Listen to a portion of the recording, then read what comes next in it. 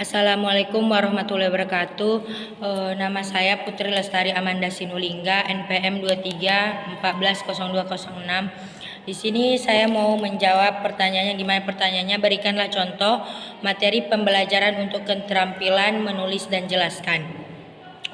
Materi pembelajaran menulis berupa cerita pendek yang dimana tujuan pembelajaran ini adalah peserta dapat memahami struktur cerita, peserta dapat mengidentifikasi elemen cerita pendek, alur, tokoh, latar, dan konflik. Yang ketiga itu peserta dapat menulis cerita pendek yang kreatif dan menarik. Materinya itu pengertian cerita pendek, yaitu cerita pendek adalah sebuah karya sastra yang menceritakan sebuah kisah singkat dengan alur yang terfokus pada satu konflik utama. Yang kedua itu elemen cerita pendek, yaitu alur, rangkaian yang kejadian yang terjadi dalam cerita. Alur dapat dibagi menjadi 3 bagian, yaitu pengenalan, konflik, dan penyelesaian. Yang kedua itu adalah tokoh. Tokoh itu adalah orang atau karakter yang berperan dalam cerita. Yang ketiga adalah latar. Latar adalah waktu, tempat dan tempat kejadian cerita, atau latar itu di mana kejadian sebuah cerita. Yang keempat itu adalah konflik. Konflik itu adalah permasalahan atau pertentangan yang dihadapi tokoh utama dan cerita. Konflik dapat berupa konflik internal atau di dalam diri sendiri, atau di dalam tokoh, atau konflik eksternal atau dengan orang lain atau dengan lingkungan. Yang ketiga adalah struktur cerita pendek. Strukturnya itu adalah pengenalan. Pengenalan itu bagian awal cerita yang memperkenalkan tokoh. Yang kedua itu adalah konflik. Konflik itu adalah bagian tengah cerita yang menunjukkan permasalahan atau pertentangan yang dihadapi tokoh. Yang ketiga itu adalah klimaks. Klimaks itu titik puncak cerita yang menunjukkan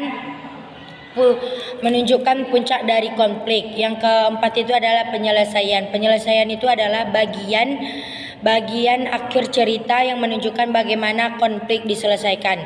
Yang keempat adalah teknik menulis cerita pendek. Tekniknya itu yang pertama memilih ide cerita. Memilih ide cerita itu pilihlah ide cerita yang menarik dan relevan dengan pengalaman atau pengetahuan. Yang kedua adalah membangun alur. Membangun alur itu susunlah alur cerita secara logis dan menarik.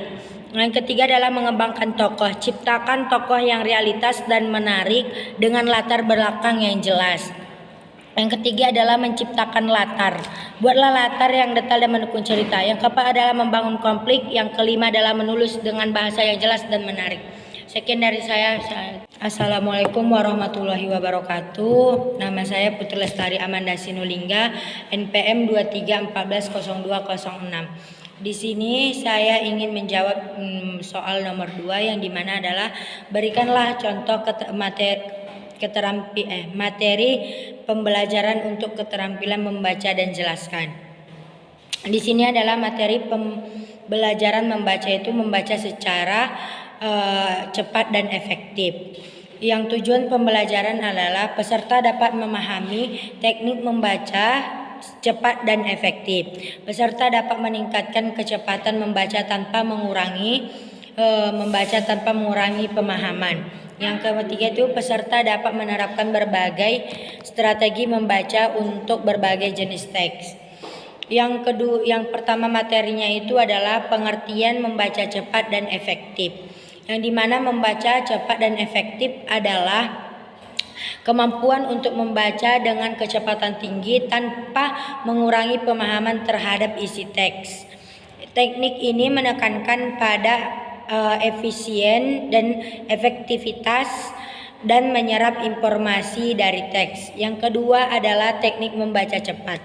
Yang dimana memindai atau scanning, membaca teks secara cepat untuk menemukan informasi yang spesifik.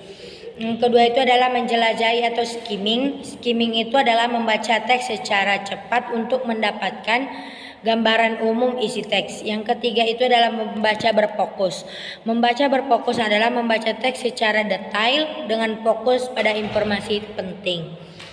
Yang ketiga adalah strategi membaca efektif, mengatur fokus, yang dimana konsentrasi pada teks dan hindari gangguan. Menentukan tujuan membaca. Menentukan tujuan membaca itu adalah tentukan apa yang diperoleh dari teks, apakah informasi spesifik dari teks atau itu pemahaman umum atau kesenangan. Baru menggunakan isyarat visual, manfaatkan judul, terus tuh subjudul, gambar dan diagram untuk mendapatkan gambaran awal tentang isi teks. Terus itu adalah menerapkan teknik membaca. Menerapkan teknik membaca cepat yaitu gunakan teknik memindai, menjelajahi dan membaca berfokus sesuai kebutuhan. Terus itu mencatat informasi penting. Buatlah catatan singkat atau garis bawah informasi penting dari teks dalam. Assalamualaikum warahmatullahi wabarakatuh. Perkenalkan, nama saya Putri Lestari Amanda Sinulingga, kelas 3D NPM 23140206. Yang dimana pertanyaannya, berikanlah contoh materi pembelajaran untuk keterampilan mendengarkan dan jelaskan. Materi pembelajaran mendengarkan menjadi pendengaran yang aktif dan empati. Tujuan pembelajaran ini adalah peserta dapat memahami pentingnya mendengarkan aktif dan membangun hubungan yang positif.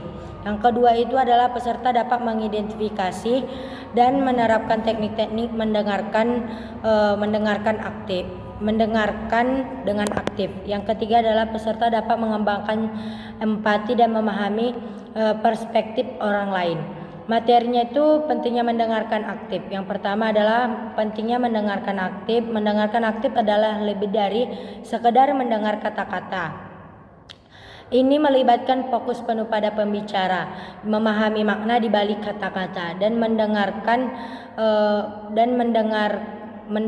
atau memahami pemahaman dan empati. Mendengarkan aktif membangun kepercayaan, memperkuat hubungan dan membantu menyelesaikan konflik.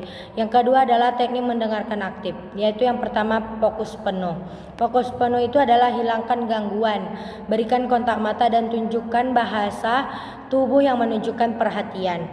Yang kedua adalah klarifikasi. Klarifikasi adalah tanyakan pertanyaan untuk memastikan pemahaman, seperti apakah maksudmu atau bisakah kamu jelaskan lebih lanjut begitu. Yang ketiga adalah ringkasan. Ringkasan adalah ulangi kembali poin penting yang disampaikan pembicara untuk menunjukkan bahwa Anda mendengarkan dan memahami. Yang keempat adalah empati. Cobalah untuk memahami perspektif pembicara bahkan jika Anda tidak setuju. Yang terakhir adalah hindari interupsi, yaitu biarkan pembicara menyelesaikan kalimatnya sebelum Anda menanggapi.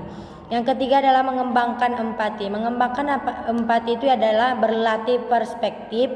Yang kedua adalah tanyakan pertanyaan yang membuka. Yang ketiga adalah hindari penilaian. Yang keempat berlatih keterampilan berempati. Yang keempat adalah hambatan dalam mendengarkan. Hambatan dalam mendengarkan adalah gangguan eksternal, yang dimana gangguan eksternal itu yaitu suara bising, musik, atau gangguan visual dalam mengalihkan perhatian. Yang kedua adalah gangguan internal. Gangguan internal adalah pikiran yang melayang, kekhawatiran atau emosi yang dapat mempengaruhi fokus. Yang terakhir adalah praduga. Praduga membuat asumsi tentang isi pembicara sebelum mendengarkan dengan sesama, dapat menghambat pemahaman. Sekian dari saya. Wassalamualaikum warahmatullahi wabarakatuh. Assalamualaikum warahmatullahi wabarakatuh. Perkenalkan, nama saya Putri Lestari Amanda Sinulingga, kelas 3D NPM 23140206. Di sini saya akan menjawab soal yang nomor 4, yang dimana pertanyaannya lah, berikanlah contoh materi pembelajaran untuk keterampilan berbicara dan jelaskan. Materi pembelajaran berbicara meningkatkan kemampuan berbicara di depan umum, yang dimana tujuan pembelajaran ini adalah peserta dapat memahami dasar-dasar berbicara di depan umum. Peserta dapat membangun rasa percaya diri dan mengurangi rasa gugup saat berbicara di depan umum. Yang ketiga adalah peserta dapat menyampaikan pesan secara efektif dan menarik perhatian audiens. Yang materinya itu adalah pengertian berbicara di depan umum. Materinya itu adalah berbicara di depan umum adalah kemampuan untuk menyampaikan pesan secara lisan kepada audiens. Kepada audiens ini melibatkan kemampuan untuk berbicara dengan jelas, menarik perhatian dan menyampaikan pesan yang informatif, persuasif, dan menghibur. Yang kedua adalah membangun rasa percaya diri. Membangun rasa percaya diri ini ada beberapa hal. Yang pertama adalah latihan dan persiapan. Latihan dan persiapan adalah berlatihlah berbicara di depan cermin, rekaman video, atau kelompok kecil. Yang kedua adalah fokus pada pesan. Fokus pada pesan yang ingin disampaikan, bukan pada diri sendiri atau reaksi audiens. Yang ketiga adalah visualisasikan keberhasilan, yaitu adalah bayangkan diri Anda berbicara dengan percaya diri dan sukses di depan audiens. Yang keempat adalah kenali audiens. Pahami siapa audiens Anda dan apa kebutuhan mereka. Siapkan materi yang relevan dan menarik bagi mereka. Yang ketiga adalah teknik berbicara yang efektif. Berbicaralah dengan jelas dan teratur. Yang kedua adalah variasikan nada bicara, nada suara. Yang ketiga adalah gunakan bahasa tubuh. Yang keempat adalah libatkan audiens atau ajukan pertanyaan meminta tanggapan. Yang terakhir adalah gunakan visual aids, yaitu adalah presentasi, slide atau gambar atau video dapat membantu memperjelas pesan dan meningkatkan minat audiens. Yang keempat adalah struktur pidato. Struktur pidato atau presentasi itu adalah pendahuluan. Mulailah dengan pembukaan yang menarik dengan perhatian audiens dan mengalihkan perhatian audiens. Yang kedua itu adalah isi. Kemukakan argumen atau fakta atau cerita yang mendukung topik. Bagilah isi menjadi beberapa poin utama. Yang terakhir adalah penutup. Penutup adalah ringkas poin penting, sampaikan kesimpulan dan akhiri dengan pesan yang berkesan. Sekian dari saya. Wassalamualaikum warahmatullahi wabarakatuh. Assalamualaikum warahmatullahi wabarakatuh. Nama saya Putri Lestari Amanda Sinulinga, kelas 3D, NPM 23140206. Yang dimana pertanyaan kelima adalah berikanlah satu contoh model pembelajaran untuk bahasa Indonesia dan jelaskan. Model pembelajaran bahasa Indonesia itu adalah jelajah kata, yang dimana tujuan pembelajaran ini adalah untuk meningkatkan pemahaman siswa terhadap kosakata dan makna kata. Yang kedua, meningkatkan kemampuan siswa dalam menggunakan kosakata dengan tepat dan kreatif. Yang ketiga adalah menumbuhkan rasa cinta dan bangga terhadap bahasa Indonesia. Metode pembelajaran adalah berbasis project atau project based learning, yang dimana siswa bekerja sama dalam kelompok untuk menyelesaikan project yang bertemakan bahasa Indonesia, seperti membuat kamus mini atau majalah dinding atau drama pendek. Yang kedua adalah pembelajaran berdiferensiasi, yaitu yang dimana guru menyediakan berbagai kegiatan dan sumber belajar yang disesuaikan dengan kebutuhan dan kemampuan setiap siswa. Yang ketiga adalah pembelajaran kolaboratif, yang dimana siswa belajar bersama dalam kelompok, berbagi ide dan saling membantu dalam menyelesaikan tugas. Ya, langkah-langkah pembelajaran itu adalah yang pertama pengenalan tema, yang dimana guru memperkenalkan tema proyek, misalnya jelajah kata, perjalanan menelusuri kekayaan bahasa Indonesia. Yang kedua itu guru menjelaskan tujuan dan manfaat pembelajaran tema tersebut. Yang ketiga, guru memotivasi siswa dengan memberikan contoh-contoh menarik tentang kekayaan bahasa Indonesia. Yang kedua adalah penjelajah kata. Penjelajah kata itu siswa dibagi menjadi kelompok kecil berdasarkan minat dan kemampuan. Yang kedua, setiap kelompok memilih topik topik spesifik yang ingin dijelajah, seperti misalnya kata-kata kuno atau kata-kata gaul. Yang ketiga, siswa mencari informasi atau contoh penggunaan kata melalui buku, internet, atau wawancara dengan narasumber. Yang terakhir adalah siswa membuat catatan dan mengumpulkan data yang relevan dengan tema yang terpilih. Yang ketiga adalah presentasi dan diskusi, yaitu setiap kelompok mempresentasikan hasil. Baru yang terakhir itu adalah presentasi dapat berubah poster. Sekian dari saya. Wassalamualaikum warahmatullahi wabarakatuh.